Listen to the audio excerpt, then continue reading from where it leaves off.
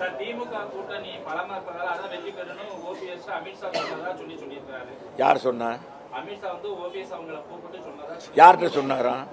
யார்கிட்ட சொன்னார்? யார் சொன்னா? உங்ககிட்ட யார் சொல்ற அந்த வார்த்தையை? அவரே சொல்றாரு சார். யாரு? ஓபிஎஸ் அவங்களே. ஏங்க அவர் பேச்செல்லாம் ஒரு ஆளா நீங்க பேசுறீங்க. அவரே இங்க இருந்து போய் இப்ப அனாதையா நிக்கிறாரு, என்ன செய்யுதுன்னே தெரியல. அவங்கள்ட்ட இருக்கிறவங்க பூரா இங்கிட்டு வந்துட்டாங்க. நீ அவர் சொல்றாரு இவர் சொல்றாரு. சார் களத்தில் நிற்கிறவங்க நான் தான் சொல்லிட்டேன். யார் சொன்னாலும் எடுபடாது. சும்மா சொல்லிக்கலாம் சார். உங்கள்கிட்ட அப்போ தான் பத்திரிக்கையில் நீங்கள் போடுவீங்க. இப்போ தான் நீங்களும் மறந்துட்டீங்க. இப்போ அவரவே மறந்துட்டீங்க. இப்போ இந்த 2-3 இப்போ ஒரு வாரமாக தான் போடுறீங்க. அவர் அதை பேசினார், இங்கே போனார், இங்கே சேர்ந்தார், அப்போ அவர் கட்சியில் இருக்கவங்களாம் இங்கே மாறிட்டாங்க அப்படின்னு இப்போ தான் நீங்கள் போடுறீங்க. அப்படியாச்சும் அவருக்கு வரணும்ல.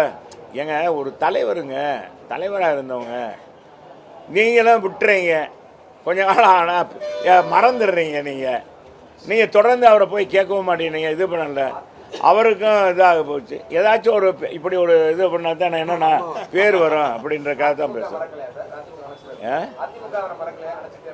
யாரு?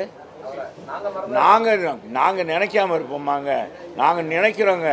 இப்படிப்பட்ட ஆள்லாம் போய் எங்கள் அம்மா பதவி கொடுத்து முதலமைச்சராக்கி, சட்டமன்ற உறுப்பினராக்கி, பொதுப்பணித்துறை அமைச்சராக்கி, ஹைவேஸ் அமைச்சர், நிதி அமைச்சர் ஆக்கி, இப்படி ஆளெல்லாம் போய் ஆரம்பிச்சிருக்காங்களே. தாயே, கருணை தாயே, பாரு தாயே, நீ மேலிருந்து நீயே சொன்ன, எனக்கு பின்னாலும் இந்த இயக்கம் இன்னும் இதைத்தான் ஓட்டுவீங்க. இப்போ செல்லூர் ராஜேஷ் சொன்னார், இன்னும் 100 ஆண்டுகள், பல 100 ஆண்டுகள் மக்களுக்காக பணியாற்றும்னு சொன்னாங்க. அப்படிப்பட்ட தாய் யாரை பார்த்து சொல்லியிருக்காங்க பார்த்தீங்க.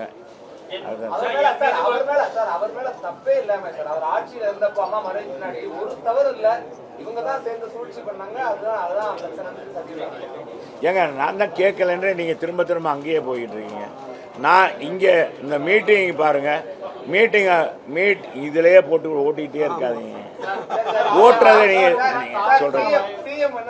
எலெக்ஷன் வந்த உடனே சிலர் தமிழ்நாட்டை சுத்திட்டே இருக்காங்க, வட்டமிட்டே இருக்காங்க.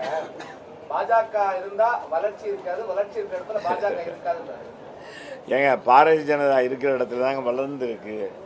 பாரதிய ஜனதா தானங்க இன்னைக்கு நிறைய நிதிகளை தமிழ்நாட்டுக்கு கொடுத்துருக்காங்க.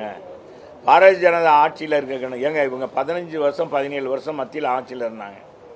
எப்பாச்சும் திருக்குறள் அங்கே பேசப்பட்டதா?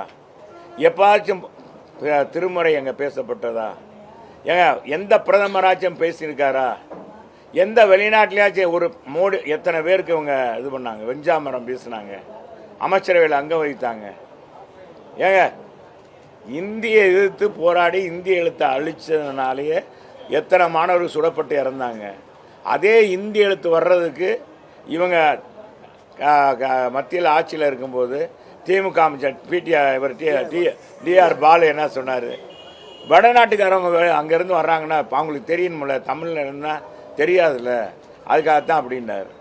அப்படி திமுக நேரத்துக்கு நேரம் மாற்றி மாற்றி பேசுவாங்க. அவங்க எப்பவுமே இதாக இருக்க மாட்டாங்க. இதே மாதிரி திமுக வந்து ஆரம்பத்துலேருந்து ஒரே ஸ்டப்பான பாரதிய ஜனதாவோட கூட்டணி இல்லையா?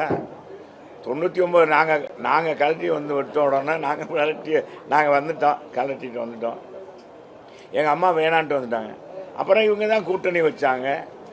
அப்புறம் 2004 வச்சாங்க, நிறைய தொகுதி கொடுத்தாங்க. அப்போல்லாம் பாரதிய ஜனதா தீண்டத்தகாத கட்சியே தெரியலையா? 2001 நின்றாங்க. 2001 நிற்கும் போதெல்லாம் கூட்டணி வைக்கும் போதெல்லாம் தெரியலையா? ஒருவேளை நம்ம முதலமைச்சர் மறந்துட்டாரான்னு தெரியல.